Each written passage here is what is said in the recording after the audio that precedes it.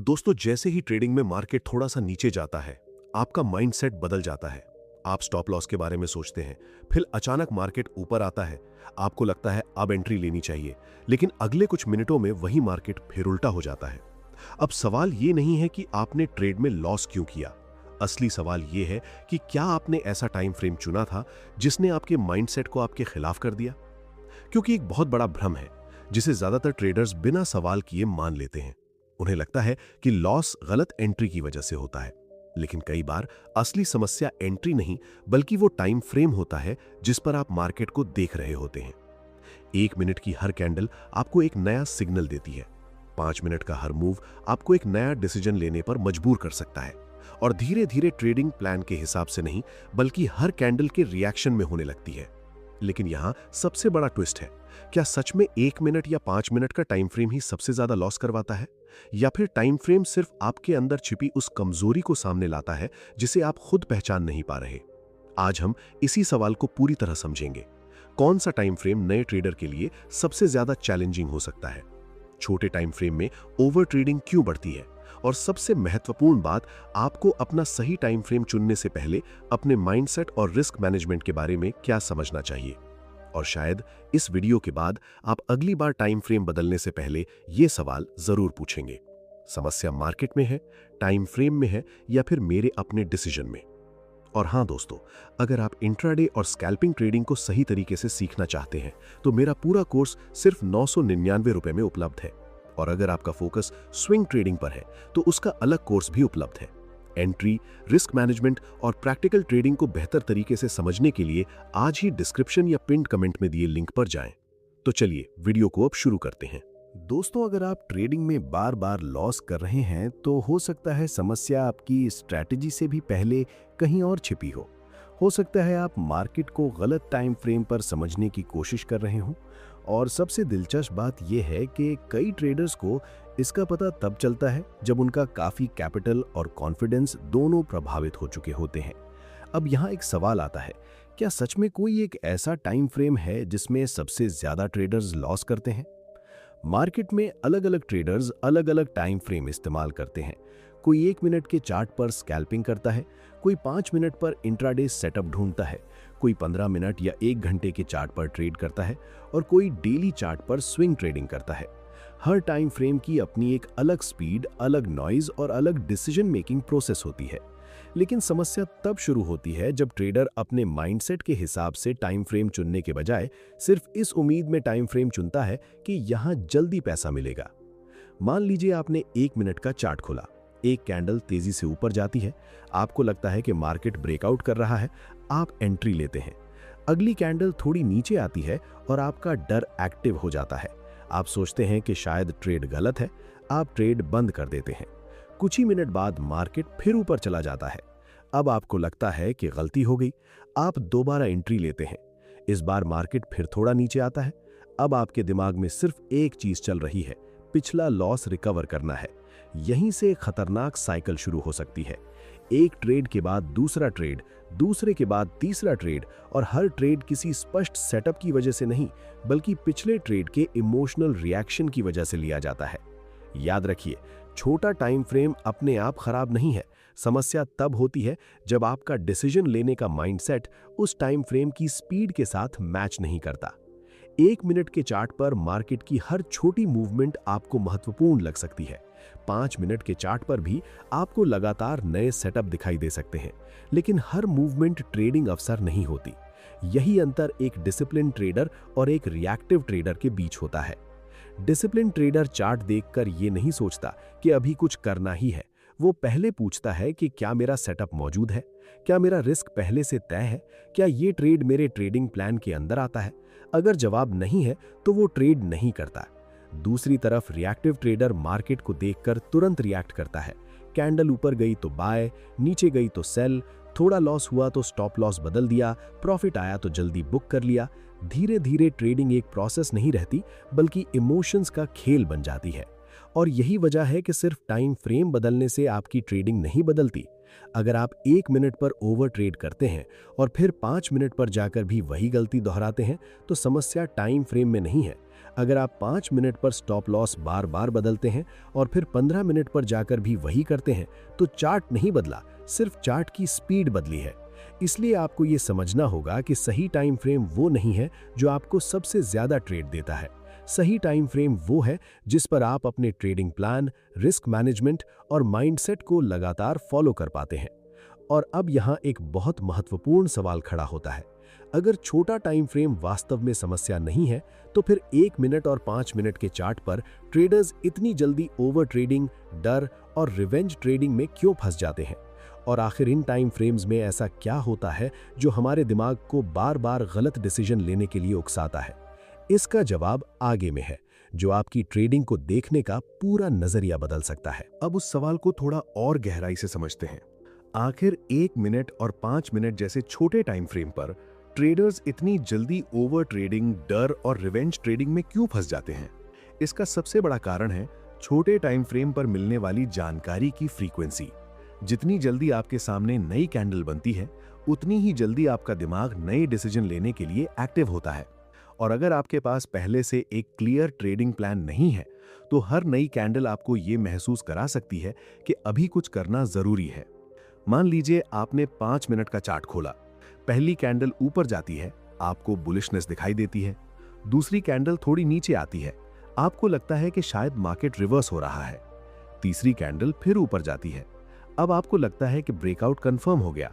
आप एंट्री लेते हैं, लेकिन अगले कुछ मिनट में प्राइस वापस नीचे आ जाता है। अब आपके सामने 2 विकल्प होते हैं। पहला, अपने पहले से तय ट्रेडिंग प्लान को फॉलो करना। दूसरा, अपने इमोशन के हिसाब से डिसीजन लेना। ज्यादातर नए ट्रेडर्स यही गलती करते हैं। उन्हें लगता है कि मार्केट उनके खिलाफ जा रहा है, इसलिए उन्हें तुरंत कुछ करना चाहिए। वे स्टॉप लॉस को दूर कर देते हैं, जल्दी एग्जिट कर लेते हैं या फिर उसी ट्रेड को बचाने के लिए दूसरी एंट्री लेने लगते हैं। लेकिन मार्केट में हर छोटी मूवमेंट का मतलब ये नहीं होता कि आपका ट्रेड गलत हो गया है। प्राइस का ऊपर नीचे होना मार्केट की नेचर है। समस्या तब शुरू होती है जब आप हर छोटी मूवमेंट को अपने ट्रेड के बारे में एक व्यक्तिगत मैसेज समझने लगते हैं। यहीं ट्रेडिंग साइकोलॉजी बहुत महत्वपूर्ण हो जाती है। एक प्रोफेशनल माइंडसेट ये स्वीकार करता है कि किसी भी एक ट्रेड का रिजल्ट निश्चित नहीं है। आपके पास एक अच्छा सेटअप हो सकता है, फिर भी वो ट्रेड लॉस में जा सकता है। आपके पास एक कमजोर सेटअप हो सकता है, फिर भी वो प्रॉफिट दे सकता है। इसलिए सिर्फ एक ट्रेड के रिजल्ट से अपनी स्ट्रैटेजी या अपनी काबिलियत को जज करना खतरनाक हो सकता है। लेकिन नए ट्रेडर अक्सर एक अलग तरीके से सोचते हैं। अगर ट्रेड प्रॉफिट में गया तो उन्हें लगता है कि उनका डिसीजन सही था। अगर ट्रेड लॉस में गया तो उन्हें लगता है कि उन्होंने गलती की। फिर वे अगले ट्रेड में पिछली गलती को सुधारने की कोशिश करते हैं। यहीं से रिवेंज ट्रेडिंग का रिस्क बढ़ता है। मान लीजिए आपने एक ट्रेड में अपने कैपिटल का छोटा हिस्सा खोया। अगर आपने उस लॉस को अपने ट्रेडिंग प्लान का सामान्य हिस्सा माना, तो आप अगले सेटअप का इंतजार कर सकते हैं। लेकिन अगर आपके दिमाग में ये चल रहा है कि मुझे अभी ये लॉस वापस निकालना ही है, तो आपका अगला ट्रेड पहले से ही प्रेशर में लिया जाएगा। और प्रेशर में लिया गया डिसीजन अक्सर डिसिप्लिन से नहीं, इमोशन से आता है। अब सोचिए, छोटे टाइम फ्रेम में ये स्थिति और ज्यादा तेजी से क्यों बन सकती है? क्योंकि वहां आपको अगले मौके के लिए ज्यादा इंतजार नहीं करना पड़ता। कुछ मिनट में ही नया सिग्नल दिखाई दे सकता है। यही चीज एक अनडिसिप्लिन ट्रेडर के लिए ट्रैप बन सकती है। वो सोचता है अभी एक और ट्रेड लेता हूं, फिर एक और, फिर एक और। लेकिन ट्रेडिंग में ज्यादा ट्रेड का मतलब ज्यादा प्रॉफिट नहीं होता। अगर आपके पास कोई क्लियर एज नहीं है, तो ज्यादा ट्रेड का मतलब ज्यादा एक्सपोजर और ज्यादा संभावित गलत डिसीजन भी हो सकता है। इसलिए सवाल ये नहीं होना चाहिए कि 1 मिनट या 5 मिनट का टाइम फ्रेम कितना फास्ट है। असली सवाल ये होना चाहिए कि क्या आपका माइंडसेट उस स्पीड पर भी स्थिर रह सकता है। क्योंकि अगर आपका माइंडसेट हर कैंडल के साथ बदल रहा है, तो आप मार्केट को पढ़ नहीं रहे हैं, आप मार्केट पर रिएक्ट कर रहे हैं। लेकिन अब एक और ज्यादा महत्वपूर्ण सवाल सामने आता है। अगर छोटे टाइम फ्रेम में असली खतरा बार बार आने वाले डिसीजन और इमोशनल रिएक्शन है, तो आखिर एक ट्रेडर कैसे पहचान सकता है कि कौन सा टाइम फ्रेम उसके माइंडसेट के लिए सही है? और क्या कोई ऐसा तरीका है जिससे वो बिना बार बार पैसा गंवाए अपने लिए सही टाइम फ्रेम चुन सके? इसका जवाब आगे में समझेंगे, क्योंकि यहीं से टाइम फ्रेम चुनने का असली साइंस शुरू होता है। अब जब आपको ये समझ आ गया है कि छोटे टाइम फ्रेम की असली समस्या उसकी स्पीड नहीं, बल्कि उस स्पीड पर आपका डिसीजन लेने का तरीका है, तो अगला सवाल बहुत महत्वपूर्ण है। आखिर एक ट्रेडर अपने लिए सही टाइम फ्रेम चुने कैसे? सबसे पहले एक गलती से बचना जरूरी है। सिर्फ इसलिए किसी टाइम फ्रेम को मत चुनिए क्योंकि आपने किसी दूसरे ट्रेडर को उस टाइम फ्रेम पर प्रॉफिट करते हुए देखा है। किसी और का टाइम फ्रेम आपके लिए सही हो ये जरूरी नहीं है, क्योंकि हर ट्रेडर की risk tolerance, capital, trading style, उपलब्ध समय और साइकोलॉजी अलग होती है। मान लीजिए कोई ट्रेडर 1 मिनट के चार्ट पर स्कैल्पिंग करता है और बहुत तेजी से डिसीजन ले सकता है। वो अपने सेटअप को पहले से जानता है, उसका रिस्क फिक्स है और वो हर छोटी कैंडल पर रिएक्ट नहीं करता। उसके लिए छोटा टाइम फ्रेम एक टूल हो सकता है, लेकिन अगर आप उसी चार्ट को देखकर हर कुछ सेकंड में अपना डिसीजन बदलने लगते हैं तो वही टाइम फ्रेम आपके लिए समस्या बन सकता है। इसीलिए सही टाइम फ्रेम का पहला टेस्ट ये नहीं है कि वहां आपको कितना प्रॉफिट मिल रहा है। पहला टेस्ट ये है कि क्या आप वहां अपने नियमों को लगातार फॉलो कर पा रहे हैं। अगर 1 मिनट के चार्ट पर आप बार बार जल्दी एंट्री लेते हैं, जल्दी एग्जिट करते हैं और लगातार ट्रेड्स बढ़ाते जाते हैं तो आपको रुककर सोचना चाहिए। शायद आपको थोड़ा बड़ा टाइम फ्रेम ज्यादा क्लैरिटी दे सकता है। अब मान लीजिए आप 5 मिनट के चार्ट पर ट्रेड करते हैं। वहां आपको सेटअप पहचानने के लिए थोड़ा ज्यादा समय मिलता है, लेकिन इसका मतलब ये भी नहीं कि 5 मिनट अपने आप बेहतर है। अगर आप 5 मिनट पर भी हर कैंडल के पीछे भाग रहे हैं तो समस्या फिर वही रहेगी। यही कारण है कि टाइम फ्रेम चुनने से पहले आपको अपने ट्रेडिंग प्रोसेस को समझना चाहिए। एक अच्छा तरीका यह है कि आप किसी एक टाइम फ्रेम को चुनकर उसके नियमों के साथ पर्याप्त डेटा इकट्ठा करें।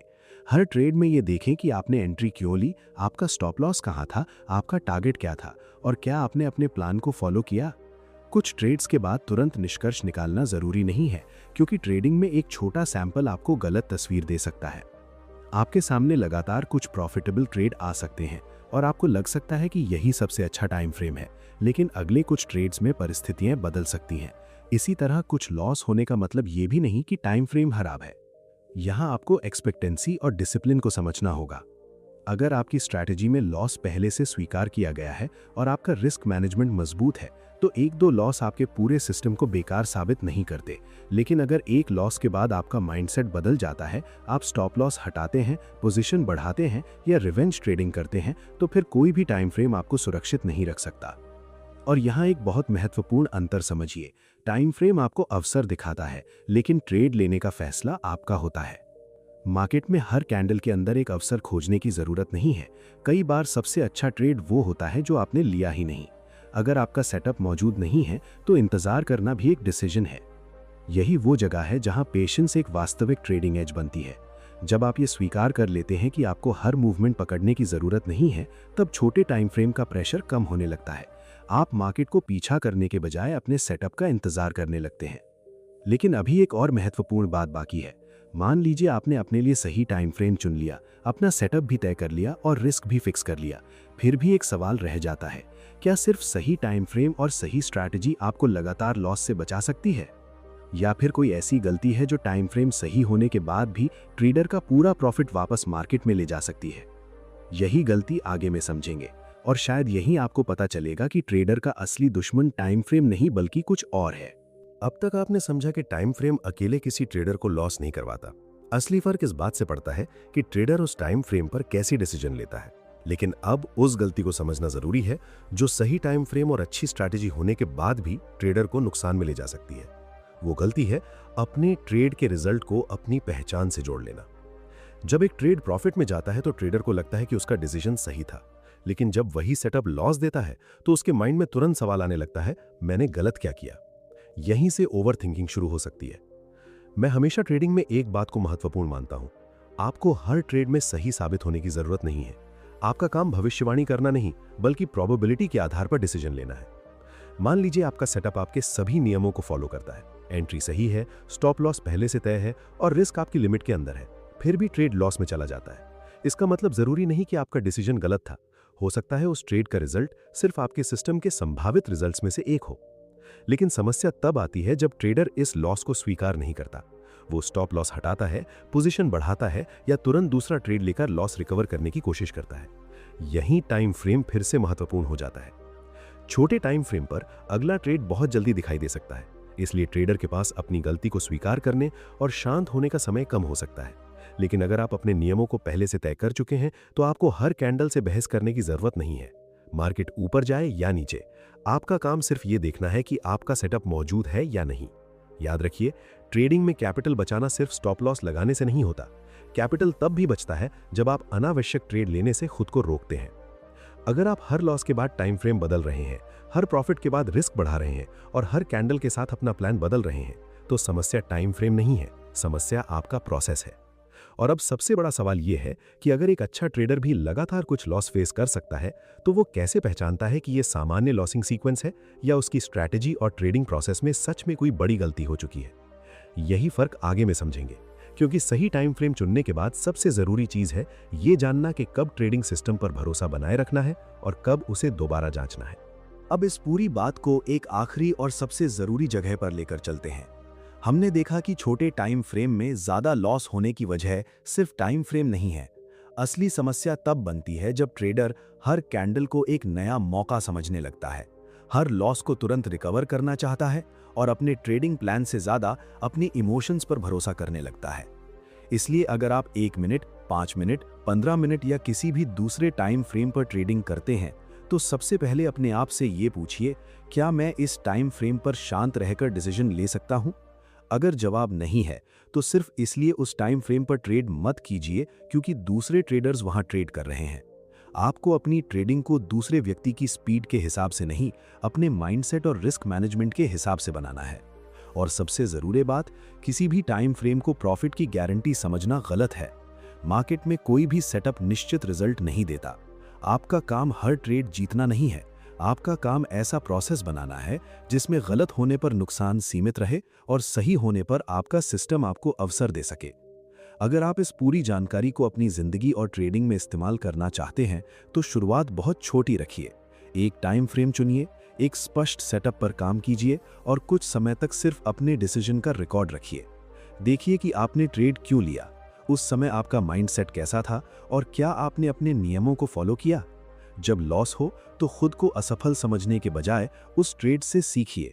जब प्रॉफिट हो तो ओवर कॉन्फिडेंट होने के बजाय अपने प्रोसेस को देखिए, क्योंकि एक ट्रेड आपकी काबिलियत तय नहीं करता और एक लॉस आपकी पूरी ट्रेडिंग को गलत साबित नहीं करता। और जिंदगी में भी यही सिद्धांत काम करता है।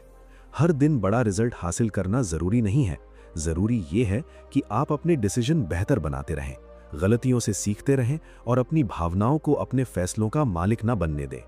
ट्रेडिंग में धैर्य रखिए, अपने कैपिटल की रिस्पेक्ट कीजिए और उतना ही रिस्क लीजिए जितना आप मानसिक और आर्थिक रूप से स्वीकार कर सकते हैं।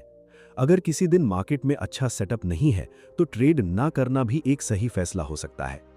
आखिर में सिर्फ इतना याद रखिए, सही टाइम फ्रेम आपको ट्रेडिंग में एक दिशा दे सकता है, लेकिन सही माइंडसेट आपको लंबे समय तक उस दिशा में टिकाए रखता है।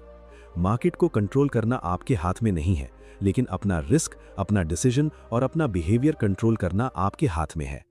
इसलिए अगली बार चार्ट खोलने से पहले सिर्फ ये मत सोचिए कि आज कितना प्रॉफिट कमाना है। खुद से पूछिए, आज मैं अपने नियमों को कितनी ईमानदारी से फॉलो कर सकता हूं। यही सोच धीरे धीरे एक ट्रेडर को सिर्फ प्रॉफिट के पीछे भागने वाले व्यक्ति से एक डिसिप्लिन्ड और जिम्मेदार मार्केट पार्टिसिपेंट बना सकती है।